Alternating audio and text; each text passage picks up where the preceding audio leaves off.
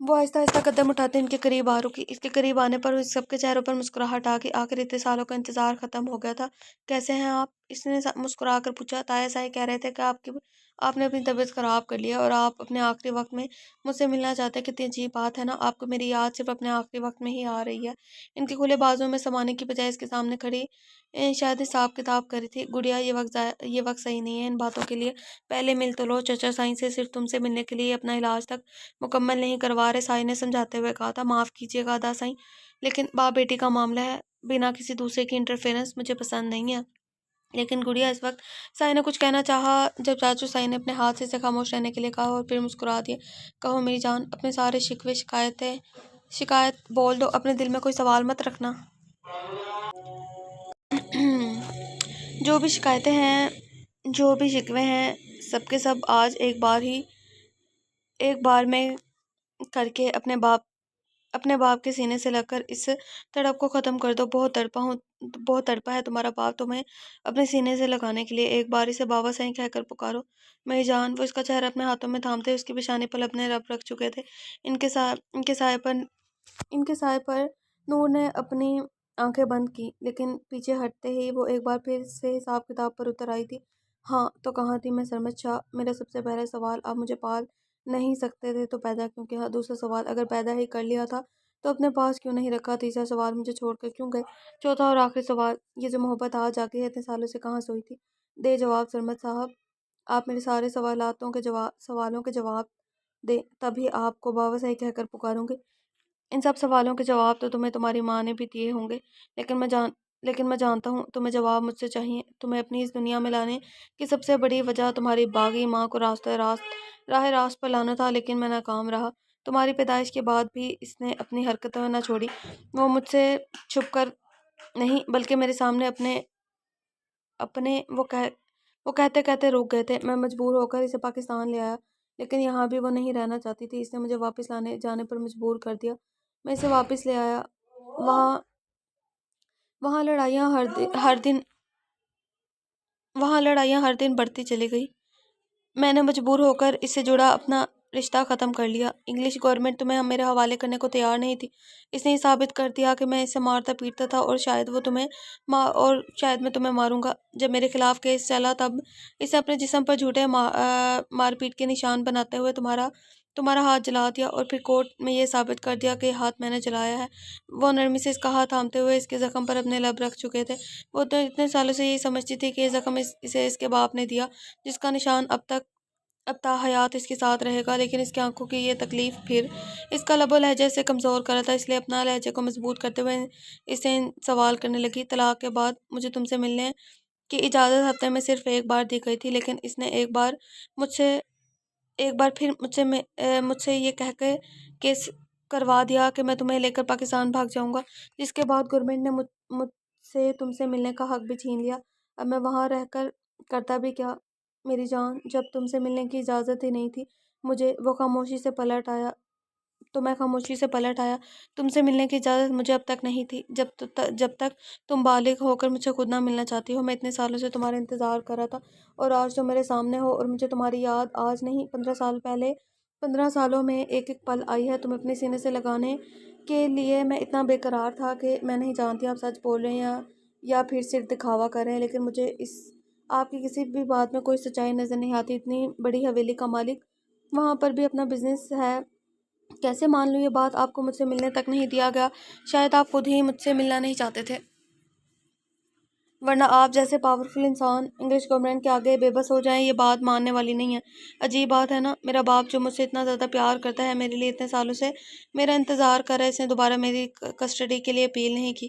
میں نے 6 بار اپیل کی تھی نور، وہ تڑپ کر بولے۔ 15 بار کیوں نہیں کی؟ ہر بار کوشش کیوں نہیں کی؟ آپ کی بیٹی، آپ نے بیٹی ہوں میں آپ کی، آپ نے بار بار کوشش کیوں نہیں کی؟ میرے لیے 15 سال کا انتظار کر سکتے تھے تو میرے لیے 15 بار اپیل نہیں کی؟ کیونکہ آپ کو مجھ سے محبت نہیں تھی۔ اگر آپ کو مجھ سے محبت ہوتی تو کبھی چھوڑ کر نہیں آتے۔ آپ کو پتہ ہے جس طرح میں نے وہاں وقت گزارا، اس ماں نے کبھی حال نہیں پوچھا۔ میں بیمار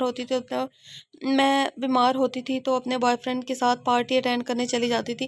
میں روتی تو اس نے کبھی مجھ سے میری تکلیف کی وجہ نہیں پوچھی، کیونکہ اسے مجھ سے کہیں زیادہ عزیز وہ شخص تھا لیکن بقول آپ کے لیے تو سب سے زیادہ عزیز میں ہوں نا، تو پھر کیوں چھوڑ کر آئے؟ مجھے کیا لگا تھا آپ کو میں رہوں گی آپ کے لیے؟ آپ کہیں گے مجھے بابا کہو تو میں کہوں گی، میرے سینے سے لگو گی تو دوڑ کر میرے سینے سے لگو تو دوڑ کر لگ جاؤں گی؟ نہیں سرمد صاحب، بالکل بھی نہیں۔ جب تک آپ میرے 15 سالوں کا حساب نہیں دے دیتے تب تک میں آپ کو بابا صاحب نہیں کہوں گی۔ اس عورت سے مجھے کوئی لینا دینا نہیں۔ میں نے کبھی سے کوئی شکایت نہیں کی، کیونکہ اس عورت نے میری ماں بننے کی کوشش نہیں کی اور نہ ہی وہ میری ماں ہے۔ لیکن آپ میرے باپ ہیں۔ جب تک آپ مجھے میری 15 سالوں کی اذیتوں کا جواب نہیں دیتے، حساب نہیں دیتے، تب تک میرے بابا نہیں۔ یہ کیا بچپنا ہے نور، یہ کیا بات کر رہی ہے تم؟ اتنے سالوں کے بعد تمہیں باپ ملا ہے اور اس طرح وہ بیمار ہے بیٹا سائیں، اس کے ساتھ ایسا نہ کرو۔ اصغر صاحب نے اسے سمجھانے کی کوشش کی تھی۔ میں پہلے ہی کہہ چکی ہوں طاہر صاحب، یہ میرا اور میرے باپ کے بیچ کا معاملہ ہے۔ اسے ہم تک محدود رہنے تھے۔ اس کے لہجے میں بدتمیزی شامل تھی۔ وہ ایک نظر حال میں سب لوگوں کی جانب دیکھتی وہیں سے پیچھے مڑ گئی۔ نور بیٹا بات جانے دے اور اسے ادا سائیں، وہ بچی ہے، حق پر ہے۔ میں 15 سال سے اس کے لیے تڑپا ہوں، لیکن اسے حاصل کرنے کی کوشش دوبارہ نہیں کی تھی۔ کہتی ہے وہ اگر میں 15 سال اس کے لیے تڑپ سکتا ہوں تو 15 بار اس کے لیے کوشش بھی کر سکتا تھا۔ اگر میں 15 سال اس کے بارک ہو کر اس سے ملاقات کا انتظار کر سکتا تھا تو کوشش کر کے اپنی ملاقات بحال بھی کروا سکتا تھا۔ وہ سچ کہتی ہے ادا سائیں اتنا بے بس نہیں تھا کہ اپنی بیٹی کو یوں چھوڑ دیتا۔ وہ حق پر ہے، اسے کچھ نہ کہے۔ طاہر صاحب مجھے کمرے میں لے کر چلو۔ وہ طاہر کو سہارا دینے کا اشارہ کر کے اس کی جانب بڑھے، جب اچانک ان کا سر بری طرح سے چکرایا۔ اگر طاہر ان کے پاس نہ کھڑا ہوتا تو یقیناً وہ گر بھی جاتے۔ نیچے آ کر کھانا کھا لیجئے ادی، ثانیہ دروازے پر دستک دیتے ہوئے بولی۔ مجھے ابھی بھوک نہیں ہے، جب بھوک لگے گی تب کھا لوں گی، تم جاؤ کھا لو۔ وہ بہت نارمل انداز میں بولی۔ تھوڑی دیر پہلے والے ماحول کا اثر بالکل بھی نہیں تھا، جبکہ ثانیہ کی آنکھیں اپنے باپ کی تکلیف پر رو رو کر سرخ ہو چکی تھی۔ دل تو چاہا اس پر 2 لفظ لعنت بھیج کر نیچے چلی جائے۔ اتنے دنوں کی محبت کہیں دور جا کر سوئی تھی۔ اسے اپنے باپ سے زیادہ عزیز اور کچھ نہیں تھا۔ جیسے آپ کی مرضی، وہ اسے کہتی دروازہ بند کرتی وہاں سے نکلتی چلی گئی۔ اس کے اتنے زور سے دروازہ بند کرنے پر ایک لمحے کے لیے وہ ڈر گئی تھی۔ کچڑی کہیں کی، وہ نکچڑی کہیں کی سوری وہ بڑبڑائی تھی۔ رات تقریباً 3 بجے کا وقت تھا۔ بھوک سے اس کی جان نکل رہی تھی۔ ثانیہ بیڈ پر آرام سے سو رہی تھی۔ کمرے میں آنے کے بعد اس نے اسے بالکل بھی مخاطب نہیں کیا تھا۔ یقیناً اس سے ناراض تھی، لیکن نور کو کیا فرق پڑتا تھا؟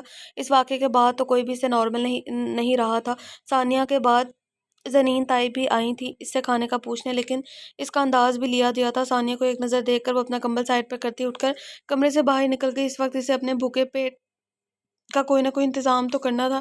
وہ کھانا کھانے نیچے آ گئی تھی، لیکن اب کس طرف جائے سمجھ نہیں آ رہی تھی۔ ایک تو یہاں اندھیرا تھا اور اوپر سے جانتی بھی نہیں تھی کہ کچن کون سی سائڈ پر ہے۔ کاش اسی وقت کھانا کھا لیتی۔ آگے قدم بڑھاتے ہی وہ خود سے باتیں کر رہی تھی، جب اچانک کسی چٹان نما وجود سے ٹکرائی۔ اچانک کسی سے ٹکرانے سے وہ خوف سے چیخنے لگی تھی کہ کسی کا مضبوط ہاتھ اس کے ہونٹوں پر رکا۔ کسی نے سرگوشی کی تھی۔ باہر سے آنے والی ذرہ ذرہ سی روشنی اور یہ سرگوشی نما آواز اس کے چٹان نما وجود کے ساتھ ہونٹوں پر رکھا مضبوط ہاتھ وہ صرف محسوس ہی کر پا رہی تھی کہ وہ کوئی آدمی ہے، گھر کا ہی کوئی آدمی ہوگا، یا کوئی ملازم، یا پھر کوئی چور۔ اس کے دماغ میں بہت ساری سوچیں ایک ہی ساتھ گھوم رہی تھی۔ اس نے ایسے سے اس کے لبوں سے اپنا ہاتھ اٹھایا اور اس کی انگلیاں بے حد نرمی سے اس کے لبوں کو چھو رہی تھی۔ وہ جان بوجھ کر ایسا کر رہا تھا یا صرف ایک اتفاق تھا، نور کو سمجھ نہ آیا، لیکن اس کی کمر پر موجود اس کے ہاتھوں کی گرفت اچانک بے حد سخت ہو گئی۔ اس سے پہلے کہ وہ اس سے دور ہٹتی، وہ اسے کھینچ کر اپنے بے حد قریب کر چکا تھا۔ اس کی گرم سانسیں اور مونچھوں کی چبھن وہ اپنے گردن پر محسوس کر رہی تھی۔ اس نے مضبوطی سے اس کے کندھے کو تھامتے ہوئے خود سے دور کرنا چاہا۔ جب اس کے ہونٹوں کا لمس اپنے گردن پر محسوس کر کے اس کا دل بے چینی سے دھڑکا اور وہ اسے دور ہونے کے لیے جدوجہد کرنے لگی، جبکہ وہ اپنے ہونٹوں کو اس کی گردن پر بے لگام چھوڑ چکا تھا۔ اس کی گرفت بے حد سخت تھی۔ وہ اسے خود میں قید کر گیا تھا۔ کاکا کون ہو تم؟ اپنے آپ کو چھڑواتی چیخ تک نہیں پا رہی تھی۔ تمہارا محرم، تمہارا حقدار۔ اس کے کان میں سرگوشی ہوئی۔ اس کا مزاحمت کرتا وجود ساکت رہ گیا تھا۔ درام شاہ اس نے ٹوٹے پھوٹے الفاظ میں ایک نام لیا تھا۔ اس کے لب مسکرا اٹھے جبکہ اس کا بازو میں موجود وہ نازک سراپا پوری طرح سے کانپ رہا تھا۔ کوئی شخص، اس کے لہجے میں مسکراہٹ واضح تھی جسے وہ دیکھ تو نہیں پا رہی تھی لیکن محسوس بآسانی کر گئی تھی۔ یقیناً اس کے الفاظ نے اسے بے حد خوشی دی تھی جس کے انعام میں وہ اسے نشان دے گیا تھا۔ درام سائی، یہ تم ہو یہاں؟ پیچھے اماں سائی کی آواز سنتے ہی اس کی کمر پر اس کی گرفت نرم پڑ گئی تھی۔ وہ لمحے میں اسے اپنا آپ چھڑواتی وہاں سے سیڑھیاں چڑھتی اوپر بھاگ گئی تھی جبکہ وہ دلکشی سے مسکراتا ہوا اماں سائی کی جانب چلا گیا جو اب تک اس کا انتظار کر تھی۔ وہ تیزی سے پھولی سانسوں کے ساتھ اوپر کمرے میں داخل ہوئی تھی۔ وہ خود اندھیرے میں سوتی تھی اور نہ ہی اس نے ثانیہ کو اس کمرے کی لائٹ آف کرنے دی تھی۔ وہ تیزی سے قدم اٹھاتی شیشے کے سامنے آئی تھی جہاں پر اپنا سرخون تلکاتا چہرہ دیکھ پہلے تو وہ پریشان ہو گئی تھی لیکن نظر جیسے گردن پر پڑی اس کی انگلیاں اس کی گردن پر آ رکی تھی جہاں ایک چھوٹی سی خون کی بوند تھی۔ وہ پہلی ملاقات میں ہی اس پر اپنی مہر لگا گیا تھا۔ وہ اسے بتا گیا تھا کہ وہ اس کی ہے۔ بے شرم انسان، وہ مجھے اس طرح سے کیسے چھو سکتا ہے؟ اس کی ہمت کیسے ہوئی مجھے یوں چھونے کی؟ اتنا قریب کیسے گیا وہ؟ اور میں نے اسے کیوں نہیں روکا؟ اس کے سامنے اس طرح سے کیوں چپ کر کے کھڑی رہی؟ کیا سمجھ رہا ہوگا وہ میرے بارے میں کہ میں ایسی لڑکی ہوں کہ جس کا دل چاہا مجھے چھو سکتا ہے؟ یہ اس نے ایک بار پھر سے نگاہ آئینے پر دہرائی تو نگاہ چرانے پر مجبور ہو گئی۔ وہ اسے اس طرح سے کیسے چھو سکتا ہے؟ بس یہی ایک سوال اس کے دماغ میں بری طرح سے گھوم رہا تھا۔ وہ یوں بنا بتائے مزاحمت اس کے سامنے کیوں کھڑی رہی؟ اس طرح تو وہ شیر ہو جائے گا۔ نہیں درام شاہ، تم میری منزل نہیں ہو اور نہ ہی میں تمہیں اپنی منزل بننے دوں گی۔ میں یہاں صرف اور صرف پراپرٹی کے لیے آئی ہوں۔ مجھے جیسے ہی میرا حصہ ملے گا میں یہاں سے ہمیشہ ہمیشہ کے لیے چلی جاؤں گی۔ تم سے اور تمہارے پورے خاندان سے مجھے کوئی تعلق نہیں رکھوں گی، کبھی بھی نہیں۔ اچھی طرح سے سمجھتی ہوں میں تم لوگوں کو۔ تمہیں لگتا ہے کہ میں تم سے شادی کروں گی تو ایسا کبھی نہیں ہوگا۔ نہ تم میرے حقدار ہو اور نہ میں تمہاری ملکیت ہوں، اور یہ بات تم پر کل ہی واضح کر دوں گی۔ میں تمہیں بتاؤں گی کہ تمہارے لیے کچھ بھی نہیں کہ تم میرے لیے کچھ بھی نہیں ہو اور نہ ہی میں تمہارے لیے کچھ ہوں۔ تم مجھے شاید اپنی اس حویلی کی گوار عورتوں کی طرح سمجھ رہے ہو جو تم جیسے مردوں کی حکومت پر سر جھکا کر ساری زندگی غلامی کرتی ہے، لیکن میں نہیں ہوں ان عورتوں میں سے۔ میں سمرا کی بیٹی ہوں، وہی سمرا جس کو تم لوگوں نے باغی کہہ کر ٹھکرا دیا تھا۔ اس سمرا کی بیٹی ہوں جس کا زبردستی نکاح سرمہ شاہ کے ساتھ کروا کر میری زندگی عذاب بنائی گئی۔ سمرا تب تو اپنے حق کے لیے نہیں لڑ سکی کیونکہ تب تو مردوں کی حکومت نے اسے بے بس کر دیا تھا، لیکن میں تم لوگوں کے سامنے سر جھکانے والوں میں سے نہیں ہوں۔ بڑوں کا کوئی بھی فیصلہ میرے آڑے نہیں آ سکتا۔ میں تمہاری ملکیت میں شامل نہیں ہوں۔ وہ آئینے میں کھڑی مسلسل خود کو دیکھ رہی تھی لیکن نظر بھٹک کر گردن پر موجود اس نشان پر چلی جاتی۔ اس نے اپنے آگے پیچھے دیکھا تو بیڈ پر اس کا دوپٹہ پڑا تھا۔ اس نے فوراً لپک کر دوپٹہ اٹھایا اور اپنے گردن پر پھیلانے لگی۔ نشان گہرا تھا، اسے یقین تھا یہ صبح تک نہیں جائے گا۔ درام شاہ پہلی ملاقات میں ہی اس پر اپنی ملکیت جتا گیا تھا، لیکن وہ نہیں تھی اس کی ملکیت۔ یہ ثابت کرنا اب اس کا کام تھا۔ گڈ مارننگ میری جان، آپ نے اٹھنے میں بہت وقت لگا دیا۔ ناشتے پر سب آپ کا انتظار کر رہے ہیں۔ اپنے بالوں میں انگلیوں کی حرکت کو محسوس کرتے ہوئے اس کی آنکھیں کھلی تو سامنے ہمنا بیگم بیٹھی اس کے بالوں میں انگلیاں چلا رہی تھی۔ وہ مجھے رات میں نیند بہت لیٹ آئی تھی، انجان جگہ شاید اسی لیے۔ آئی ایم سوری، آپ لوگوں کو انتظار کرنا پڑا۔ وہ اٹھ کر بیٹھتے ہوئے بولی، نہ جانے کیوں یہ عورت اسے اتنا اپنائیت کا احساس دلاتی تھی جبکہ وہ جانتی تھی کہ وہ اس کی سوتیلی ماں ہے، اور سوتیلی ماؤں کے بارے میں تو اس نے بہت کچھ سن رکھا تھا۔ وہ اس کی میٹھی میٹھی باتوں میں آنے والی تو ہرگز نہیں تھی۔ کوئی بات نہیں بیٹا سائیں، ہو جاتا ہے ایسا۔ آپ جلدی سے فریش ہو جائیں، سب نیچے آپ کا انتظار کر رہے ہیں، ابھی تک کسی نے نہیں کھانا کھایا۔ کل آپ آئیں تو کافی تھکی ہوئی تھی، گھر کے سب لوگوں سے آپ کی ملاقات نہیں ہوئی، اسی لیے سب آپ سے ملنے کے لیے بے چین ہیں۔ ماشاءاللہ سے آج آپ کے بابا سائی کی طبیعت بھی کافی بہتر ہے، وہ بھی آج کافی فریش محسوس کر رہے ہیں۔ شاید انہیں آپ کے آنے کی خوشی ہی بالکل ٹھیک کر دے گی۔ وہ پیار سے اس کے سر پہ ہاتھ پھیرتے ہوئے اس کے کپڑے اسے دینے لگی۔ تھینکس آنٹی، لیکن پلیز آئندہ خیال رکھے گا، میری چیزوں کو کبھی کوئی ہاتھ لگائے مجھے پسند نہیں، تو پلیز آئندہ میرے بیگ کو ہاتھ مت لگائیے گا۔ اور میرے کمرے کا انتظام کر دیا آپ نے؟ اپنی بات مکمل